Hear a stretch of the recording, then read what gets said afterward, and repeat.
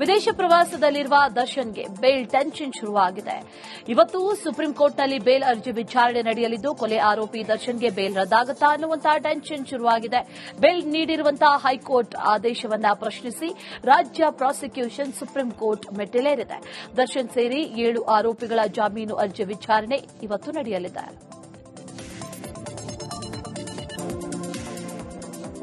Rowdy sheeter Shivaprakash ಕೊಲೆ ಪ್ರಕರಣ ಬೆಂಗಳೂರನ್ನೇ ಬೆಚ್ಚಿ ಬೀಳಿಸಿರಿ ಎಲ್ಲ ಮಾಹಿತಿಯನ್ನ ಕಲೆ ಹಾಕಿದ್ದಾರೆ.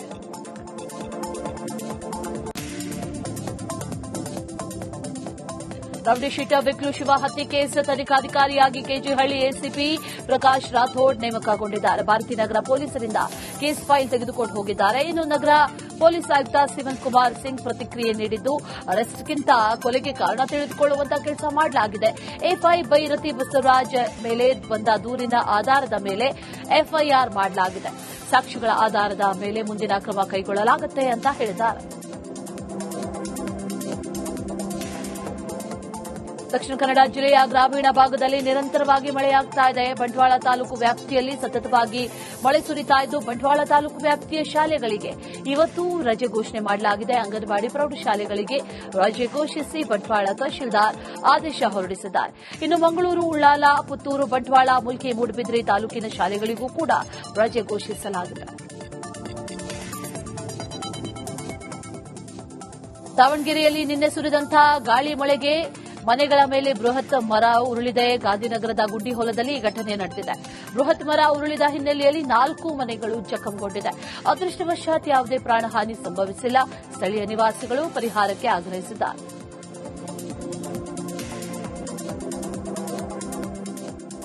ಉಡುಪಿ ಜಿಲ್ಲೆಯಲ್ಲಿ ವ್ಯಾಪಕ ಮಳೆ ಮುಂದುವರೆದ ಹಿನ್ನೆಲೆ ಜಿಲ್ಲಾಧಿಕಾರಿ ಶಾಲೆಗಳಿಗೆ ರಜೆ ಘೋಷಿಸಿದ್ದಾರೆ. ಜಿಲ್ಲಾಧಿಕಾರಿ ಸ್ವರೂಪ ಟೀಕೆ ಅಂಗನವಾಡಿ, ಪ್ರಾಥಮಿಕ ಮತ್ತು ಪ್ರೌಢಶಾಲೆಗಳಿಗೆ ರಜೆ ಘೋಷಿಸಿ ಆದೇಶ ಹೊರಡಿಸಿದ್ದಾರೆ. ಇನ್ನು ಪದವಿ ಪೂರ್ವ, ಪದವಿ ಕಾಲೇಜುಗಳು ಎಂದಿನಂತೆ ತೆರೆದಿರುತ್ತೆ.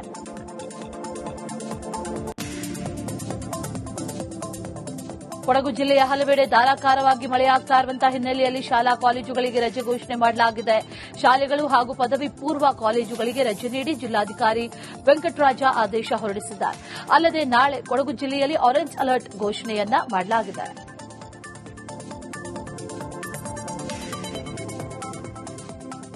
ದೋಣಿ ಮಗುಚಿ 3 ಮೀನುಗಾರರು ಸಮುದ್ರ ಪಾಲಾಗಿದ್ರು. ಮಂಗಳವಾರ ಮೀನುಗಾರಿಕೆಗೆ ತೆರಳಿ ವಾಪಸ್ಸಾಗುವಂತಹ ಸಂದರ್ಭದಲ್ಲಿ ದೋಣಿ ಮಗುಚಿತ್ತು. ಇದೀಗ ಮತ್ತೋರ್ವ ಮೀನುಗಾರನ ಮೃತದೇಹ ಪತ್ತೆಯಾಗಿದೆ. ಜಗದೀಶ್ ಕಾರ್ವಿ ಮೃತದೇಹ ಕೋಡಿ ಕಿನಾರ ಬಳಿ ಪತ್ತೆಯಾಗಿದೆ.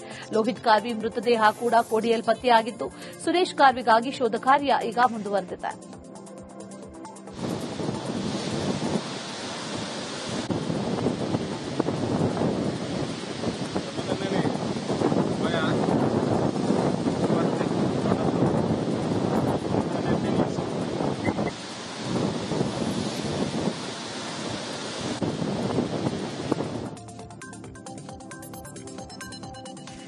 ಮಂಡ್ಯ ಜಿಲ್ಲೆಯ ಹಲವೆಡೆ ಭಾರೀ ಮಳೆಯಾಗಿದ್ದು, ಮದ್ದೂರು ತಾಲೂಕಿನ ಕೆಎಂದೊಡ್ಡಿಯಲ್ಲಿ ಮಂಡಿಯುದ್ದ ನೀರು ನಿಂತಿದೆ. ಕೆಲಕಾಲ ವಾಹನ ಸಂಚಾರ ಅಸ್ತವ್ಯಸ್ತವಾಗಿ ಸವಾರರು ಹೈರಾಣಾಗಿದ್ರು.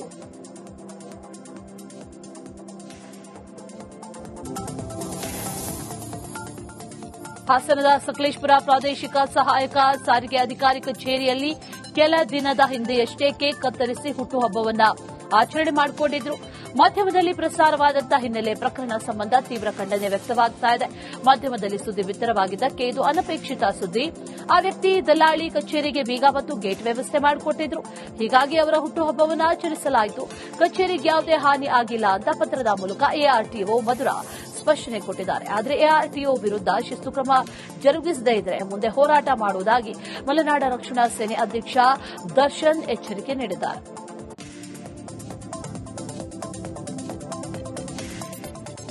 ಅಪ್ರಾಪ್ತ ಬಾಲಕಿಗೆ ಪ್ರೀತ್ಸೆ ಅಂತ ಬೆನ್ನು ಬಿದ್ದಿದ್ದ ಯುವಕನನ್ನ ಪೊಲೀಸರು ಜೈಲಿಗೆ ಕಳುಹಿಸಿದ್ದಾರೆ.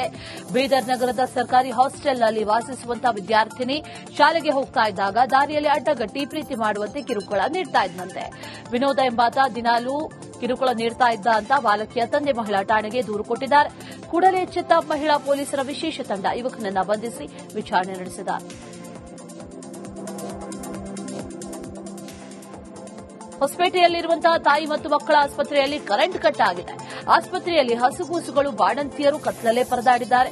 ರೋಗಿಗಳ ಸಂಬಂಧಿಕರು ಮೊಬೈಲ್ ಟಾರ್ಚ್ ಬಳಸ್ತಾ ಇದ್ದಾರೆ. ಬೆಳಗಿನಿಂದಲೂ ಕೂಡ ನಗರದಲ್ಲಿ ಕರೆಂಟ್ ಕಟ್ ಆಗಿದೆ. ಆಸ್ಪತ್ರೆಯಲ್ಲಿ ಜನರೇಟರ್ ಕೂಡ ಬಂದ್ ಆಗಿದ್ದು ಐಸಿಯು. ಹಾವೇರಿಯ ಅಗಡಿ ಗ್ರಾಮದಲ್ಲಿ ಯೂರಿಯಾ ಗೊಬ್ಬರಕ್ಕೆ ರೈತರು ಮುಗಿಬಿದ್ದಿದ್ದಾರೆ. ಅಗಡಿ ಗ್ರಾಮದಲ್ಲಿ ಅನ್ನದಾತರು ಗೊಬ್ಬರಕ್ಕೆ ಮುಗಿಬಿದ್ದಿರುವಂತಹ ಘಟನೆ ನಡೆದಿದೆ. ಗ್ರಾಮೀಣ ಕೃಷಿ ಸಹಾಯಕ ಸಂಘದ ಮುಂದೆ ಜಮಾವಣೆಗೊಂಡು ಜಿಟಿ ಒಳೆ ನಡುವೆಯೇ ಗೊಬ್ಬರ ಪಡೆಯುವುದಕ್ಕೆ ಸರ್ಕಸ್ ಮಾಡಿದ್ದಾರೆ. ನೂರಾರು ರೈತರು ಜಮಾವಣೆ ಆಗಿದ್ದರಿಂದ ಸಿಬ್ಬಂದಿ ಸೊಸೈಟಿಗೆ ಬೀಗ ಹಾಕಿಕೊಂಡು ಹೋಗಿರುವಂತಹ ಆರೋಪ ಕೂಡ ಕೇಳಿಬಂದಿದೆ.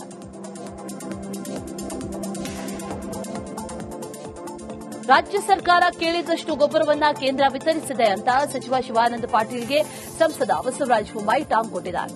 ರಾಜ್ಯಕ್ಕೆ ಹೆಚ್ಚಿನ ಪ್ರಮಾಣದಲ್ಲಿ ಕೇಂದ್ರ ಸರ್ಕಾರ ಗೊಬ್ಬರ ಕೊಟ್ಟಿದೆ. ಮಳೆ ಹೆಚ್ಚಾಗಿರುವುದರಿಂದ ಹೆಚ್ಚು ಗೊಬ್ಬರ ಬೇಕಾಗಿದೆ. ರಾಜ್ಯ ಸರ್ಕಾರ ಬೇಡಿಕೆ ಇಟ್ಟರೆ ನಾವು ಕೊಡಿಸುತ್ತೇವೆ ಅಂತ ಹಾವೇರಿಯಲ್ಲಿ ಬೊಮ್ಮಾಯಿ ಹೇಳಿದ್ದಾರೆ.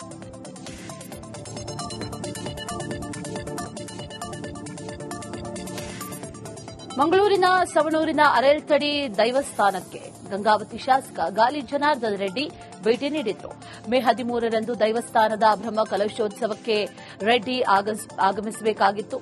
ಆದರೆ ಆಂಧ್ರಪ್ರದೇಶದ ಓಬಳಾಪುರಂ ಅಕ್ರಮ ಗಣಿಗಾರಿಕೆ ಪ್ರಕರಣದಲ್ಲಿ ಮೇ 6ರಂದು ರೆಡ್ಡಿ ಮತ್ತೆ ಜೈಲು ಪಾಲಾಗಿದ್ರು. ಹೀಗಾಗಿ ಬರೋಕೆ ಸಾಧ್ಯ ಆಗಿರಲಿಲ್ಲ. ಆದರೆ 1 ತಿಂಗಳ ಒಳಗಡೆ ಜೈಲಿನಿಂದ ಬಿಡುಗಡೆ ಆಗ್ತಾರೆ ಅಂತ ದೈವ ನುಡಿದಿತ್ತು. ದೈವದ ಅಭಯದಂತೆ 1 ತಿಂಗಳ ಒಳಗೆ ಗಾಲಿ ಜನಾರ್ದನ್ ರೆಡ್ಡಿ ಬಿಡುಗಡೆ ಆಗಿದ್ದು, ಸಂಕ್ರಮಣದ ವಿಶೇಷ ದಿನದಂದು ದೈವಸ್ಥಾನಕ್ಕೆ ಭೇಟಿ ನೀಡಿದ್ದಾರೆ.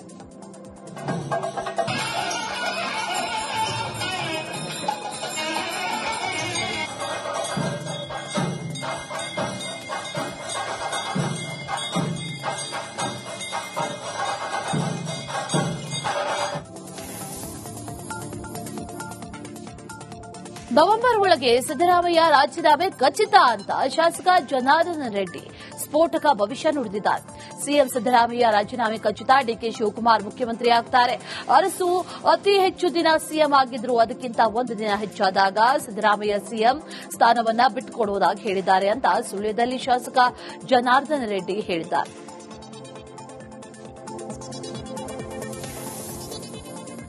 ಗಾಲಿ ಜನಾರ್ದನ ರೆಡ್ಡಿ ಶ್ರೀರಾಮುಲು ಮಧ್ಯೆ ವೈಮನಸ್ಸು ವಿಚಾರ ದೆಹಲಿ ಅಂಗಳ ತಲುಪಿದೆ. ಸೋಮಣ್ಣ ನೇತೃತ್ವದಲ್ಲಿ ದೆಹಲಿಯಲ್ಲಿ ಸಂಧಾನಕ್ಕೆ ಕರೆದಿದ್ದಾರೆ. ಈ ಬಗ್ಗೆ ಪ್ರತಿಕ್ರಿಯಿಸಿದಂತಹ ಗಾಲಿ ಸೋಮಶೇಖರ್ ರೆಡ್ಡಿ, ಸಣ್ಣ ವೈಮನಸ್ಸು ಬಗೆಹರಿಯುತ್ತೆ. ಶ್ರೀರಾಮುಲು ಹಾಗೂ ಜನಾರ್ದನ ರೆಡ್ಡಿ ಇಬ್ಬರು ನನ್ನ ತಮ್ಮಂದರು. ಯಾವುದೋ ಕಾರಣಕ್ಕೆ ವೈಮನಸ್ಸು ಬಂದಿದೆ, ಬಗೆಹರಿಸಿಕೊಂಡು ಹೋಗ್ತಾರೆ. ಮತ್ತೆ ಬಳ್ಳಾರಿಯಲ್ಲಿ ಬಿಜೆಪಿಗೆ ಗತವೈಭವ ಬರಲಿದೆ ಅಂತ ಹೇಳಿದ್ದಾರೆ.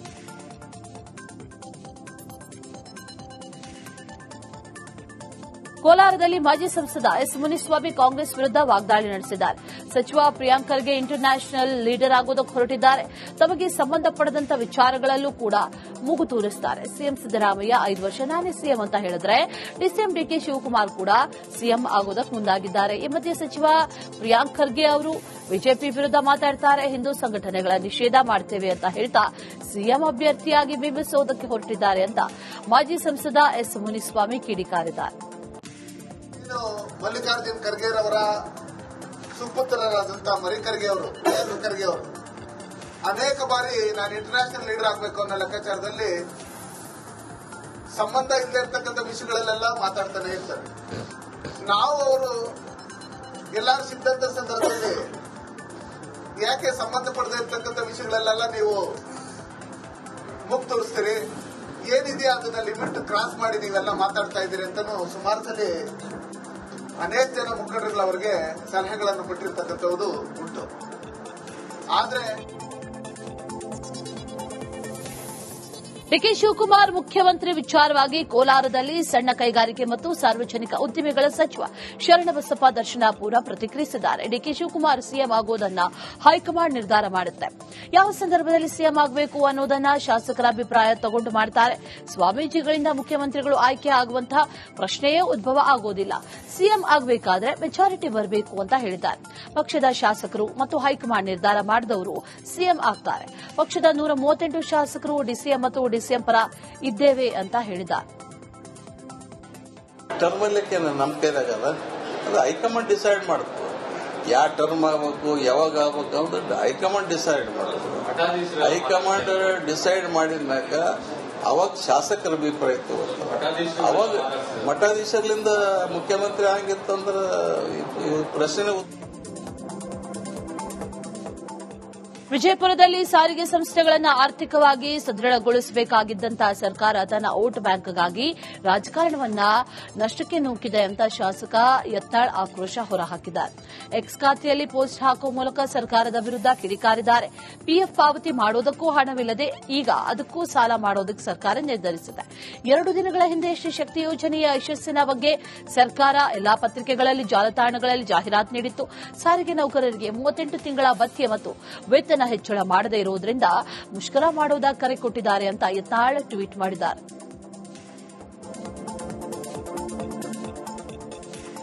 ಕಲಬುರಗಿಯ ಜೇವರ್ಗಿಯಲ್ಲಿ ಆಸ್ಪತ್ರೆಯ ಒಪಿಡಿ ಪುಸ್ತಕದಲ್ಲಿ ಸಿಬ್ಬಂದಿ 2 ಕನಸು ಚಿತ್ರದ ಹಾಡು ಬರೆದಿದ್ದಾರೆ. ಪೂಜಿಸಲೆಂದೇ ಹೂಗಳ ತಂದೆ ಅನ್ನುವಂತ ಹಾಡನ್ನ ಬರೆದಿದ್ರು. ಲೋಕಾಯುಕ್ತ ಎಸ್ಪಿ ಸಿದ್ದರಾಜು ದಿಢೀರಂತ ಆಸ್ಪತ್ರೆಗೆ ಭೇಟಿ ನೀಡಿದ್ದು ತಾಲೂಕು ಆಸ್ಪತ್ರೆಯ ಕರ್ಮಕಾಂಡ ಬೆಳಕಿಗೆ ಬಂದಿದೆ. ಆಸ್ಪತ್ರೆ ಸಿಬ್ಬಂದಿ ಬೇಜವಾಬ್ದಾರಿಗೆ ಲೋಕಾಯುಕ್ತ ಎಸ್ಪಿ ಗರಂ ಆದ್ರು. ಇದು ಮಾಜಿ ಸಿಎಂ ದಿವಂಗತ ಧರ್ಮಸಿಂಗ್ ಕ್ಷೇತ್ರದ ಆಸ್ಪತ್ರೆನಾ ಅಂತ ಬೇಸರ ವ್ಯಕ್ತಪಡಿಸಿದ್ರು. ಇನ್ನು ತಾಲೂಕು ಆಸ್ಪತ್ರೆ ಅವ್ಯವಸ್ಥೆ ಕಂಡು ಲೋಕಾಯುಕ್ತ ಎಸ್ಪಿ ದಂಗಾಗಿದ್ದಾರೆ.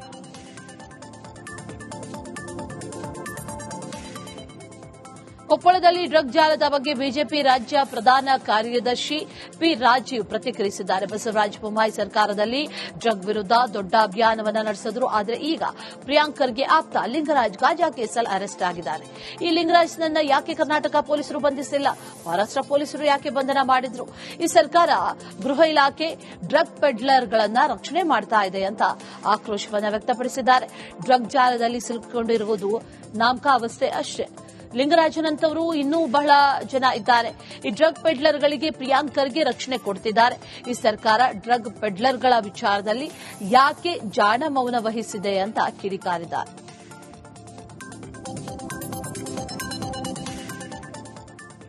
ಯುಗಾದಿ ಆರಂಭದಲ್ಲಿ ಬಳ್ಳಾರಿ ಜಿಲ್ಲೆಯಾದ್ಯಂತ ಉತ್ತಮ ಮಳೆಯಾಗಿತ್ತು. ಹೀಗಾಗಿ ಬಿತ್ತನೆ ಮಾಡಬೇಕು ಅಂತ ರೈತರು ಭೂಮಿಯನ್ನ ಹದ ಮಾಡಿದ್ರು. ಜೊತೆಗೆ ಸಾಲ ಮಾಡಿ ಬೀಜ, ಗೊಬ್ಬರ, ಕಳೆನಾಶಕ ಖರೀದಿ ಮಾಡಿದ್ರು. ಆದರೆ ಮಳೆ ಬಾರದೆ ಅನ್ನದಾತರು ಕಂಗಾಲಾಗಿದ್ದಾರೆ. ಸರ್ಕಾರ ಕೂಡಲೇ ಎಚ್ಚೆತ್ತು ಮೋಡ ಬಿತ್ತನೆ ಮಾಡಿ ಬಳ್ಳಾರಿಗೆ ಮಳೆ ತರಿಸಬೇಕು ಅಂತ ರೈತರು ಒತ್ತಾಯವನ್ನ ಮಾಡುತ್ತಿದ್ದಾರೆ.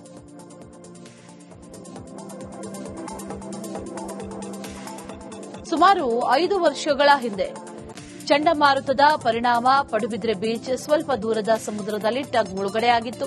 ಗುಜರಾತ್ ಮೂಲದ ವಿಎಸ್ ಮೈನ್ ಸರ್ವಿಸ್ ಕಂಪನಿಗೆ ಸೇರಿದಂತ ಟಗ್ ಬರೋಬ್ಬರಿ 160 ಟನ್ ಭಾರ ಇದೆ.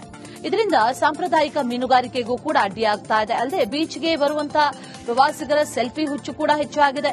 ಸಂಬಂಧಪಟ್ಟಂತ ಅಧಿಕಾರಿಗಳು ಟಗ್ ಅನ್ನು ತೆರವುಗೊಳಿಸಬೇಕು ಅಂತ ಸ್ಥಳೀಯರು ಆಗ್ರಹಿಸಿದ್ದಾರೆ.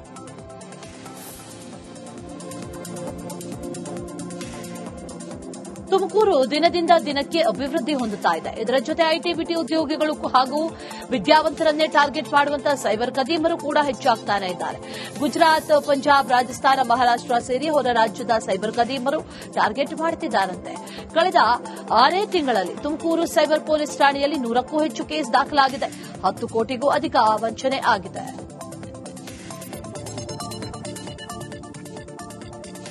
ರಾಜಧಾನಿ ಬೆಂಗಳೂರಿನಲ್ಲಿ ಟ್ರಾಫಿಕ್ ಕಿರಿಕಿರಿ ಹೆಚ್ಚಾಗಿದೆ. ಕಿಲೋಮೀಟರ್ ಗಟ್ಟಲೆ ಟ್ರಾಫಿಕ್ ಜಾಮ್ ಆಗಿದ್ದು ಎಲೆಕ್ಟ್ರಾನಿಕ್ ಸಿಟಿ ಫ್ಲೈಓವರ್ ಸಂಪೂರ್ಣವಾಗಿ ಜಾಮ್ ಆಗಿದೆ. ಸಿಲ್ಕ್ ಬೋರ್ಡ್ನಿಂದ ಸಿಂಗಸಂದ್ರ ತನಕ ಜಾಮ್ ಆಗಿದ್ದು ಗಂಟೆಗಟ್ಟಲೆ ಟ್ರಾಫಿಕ್ನಲ್ಲಿ ಸಿಲುಕಿ ವಾಹನ ಸವಾರರು ಪರದಾಡಿದರು.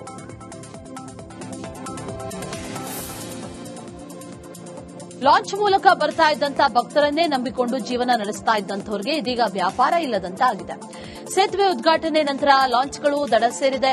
ಸಿಗಂದೂರು, ಕೊಲ್ಲೂರಿಗೆ ಬರುವಂತಹ ಭಕ್ತರು, ಪ್ರವಾಸಿಗರು ಹಾಗೂ ಸ್ಥಳೀಯರನ್ನ ನಂಬಿಕೊಂಡು ಬದುಕನ್ನ ಸಾಗಿಸ್ತಾ ಇದ್ದವರು ಈಗ ಕಣ್ಣೀರು ಹಾಕ್ತಾ ಇದ್ದಾರೆ. ಭಕ್ತರು, ಪ್ರವಾಸಿಗರು ನೇರವಾಗಿ ಸೇತುವೆ ಮೂಲಕ ದೇಗುಲ ತಲುಪ್ತಾ ಇದ್ದಾರೆ. ಹೀಗಾಗಿ ಸ್ಥಳೀಯ ಸಣ್ಣ ಪುಟ್ಟ ಅಂಗಡಿಗಳಿಗೆ ವ್ಯಾಪಾರವೇ ಇಲ್ಲದಂತಾಗಿದೆ.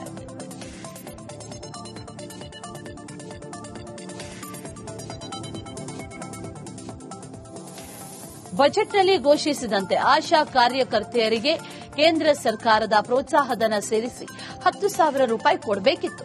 ಗೌರವಧನವನ್ನು ಏಪ್ರಿಲ್ನಿಂದ ಅನ್ವಯ ಆಗುವಂತೆ ಬಿಡುಗಡೆ ಮಾಡಬೇಕು ಅಂತ ಆಗ್ರಹಿಸಿ ಆಶಾ ಕಾರ್ಯಕರ್ತೆಯರು ಪ್ರತಿಭಟನೆಯನ್ನು ನಡೆಸಿದ್ದಾರೆ. ಕಲಬುರಗಿಯಲ್ಲಿ ಕರ್ನಾಟಕ ರಾಜ್ಯ ಸಂಯುಕ್ತ ಆಶಾ ಕಾರ್ಯಕರ್ತೆಯರು ಪ್ರೊಟೆಸ್ಟ್ ಮಾಡಿದ್ದಾರೆ. ನಗರದ ಜಿಲ್ಲಾಧಿಕಾರಿ ಕಚೇರಿ ಮುಂದೆ ಪ್ರತಿಭಟನೆಯನ್ನು ನಡೆಸಿದ್ದು ಕಾಂಪೊನೆಂಟ್ಗಳ ಹೆಚ್ಚುವರಿ ಕೆಲಸದ ಮೇಲೆ ಇನ್ಸೆಂಟಿವ್ ಕೊಡಬೇಕು ಅಂತ ಆಕ್ರೋಶವನ್ನು ಹೊರಹಾಕಿದ್ದಾರೆ. ಶಿರಸಿಯಲ್ಲಿ ಲೋಕಾಯುಕ್ತಾಧಿಕಾರಿಗಳು ದಾಳಿಯನ್ನ ಮಾಡಿದ್ದಾರೆ. ನಗರಸಭಾ ಸದಸ್ಯ, ಮಾಜಿ ಅಧ್ಯಕ್ಷ ಮತ್ತು ಕಂದಾಯ ಅಧಿಕಾರಿ ಲೋಕಾಯುಕ್ತ ಬಲೆಗೆ ಬಿದ್ದಿದ್ದಾರೆ. ನಗರಸಭೆ ಸದಸ್ಯ ಗಣಪತಿ ನಾಯಕ್, ಕಂದಾಯ ಅಧಿಕಾರಿ ಆರ್ಎಂ ವರ್ಣೇಕರ್ನನ್ನ ಬಂಧಿಸಲಾಗಿದೆ. ಜಾಗದ ವಿಷಯಕ್ಕೆ ಸಂಬಂಧಿಸಿ ಲಂಚ ಪಡಿತಾ ಇದ್ದಾಗ ರೆಡ್ ಹ್ಯಾಂಡ್ ಆಗಿ ಸಿಕ್ಕಿಬಿದ್ದಿದ್ದಾರೆ. ರಮೇಶ್ ಹೆಗಡೆ ಅನ್ನೋರಿಂದ ಇನ್ನು 3 ಲಕ್ಷ ರೂಪಾಯಿ ಲಂಚ ಪಡಿತಾ ಇದ್ದಾಗ ದಾಳಿ ನಡೆದಿದೆ. ಈಗಾಗಲೇ ಗಣಪತಿ ನಾಯಕ್ ನಗರಸಭೆಯ ಪೈಪ್ ಕಳ್ಳತನ ಆರೋಪವನ್ನ ಎದುರಿಸ್ತಾ ಇದ್ದಾರೆ. ಈಗ ಲೀಸ್ ಪಡೆದಿರುವ ಮನೆಗೆ ಸಂಬಂಧಪಟ್ಟಂತೆ ಹಣಕ್ಕೆ ಬೇಡಿಕೆ ಇಟ್ಟು ಸಿಕ್ಕಿಬಿದ್ದಿದ್ದಾರೆ. ಚಿತ್ರದುರ್ಗದ ಹೊಳಲ್ಕೆರೆ ತಾಲೂಕಿನ ಅವಿನಹಟ್ಟಿ ಗ್ರಾಮದಲ್ಲಿ 4 ವರ್ಷದ ಅಡಿಕೆ ಗಿಡಗಳನ್ನು ರಾತ್ರೋರಾತ್ರಿ ಕಿಡಿಗೇಡಿಗಳು ಕಡಿದು ಹಾಕಿದ್ದಾರೆ. ಸಂತೋಷ್ ಅನ್ನೋರ ಜಮೀನಿನಲ್ಲಿದ್ದಂಥ ಅಡಿಕೆ ಸಸಿಗಳನ್ನು ದುಷ್ಕರ್ಮಿಗಳು ಕಡಿದಿದ್ದಾರೆ. ಮಳೆ ಇಲ್ಲದ ಸಮಯದಲ್ಲಿ ಕಷ್ಟಪಟ್ಟು ಸಾಲ ಮಾಡಿ ಟ್ಯಾಂಕರ್ನಿಂದ ನೀರು ಹೊಡೆದು ಅಡಿಕೆ ಗಿಡಗಳನ್ನು ರೈತ ಸಂತೋಷ್ ಬೆಳೆಸಿದ್ರು. ಕಳೆದ 10 ದಿನಗಳ ಹಿಂದೆ ಕೂಡ ಕಿಡಿಗೇಡಿಗಳು ಅಡಿಕೆ ಗಿಡಗಳನ್ನು ಕಡಿದು ಹಾಕಿದ್ರು. ಇದೀಗ ಮತ್ತೆ ರಾತ್ರಿ ಜಮೀನಿಗೆ ಬಂದು ಅಡಿಕೆ ಗಿಡಗಳನ್ನು ಕಡಿದು ಹಾಕಿದ್ದಾರೆ.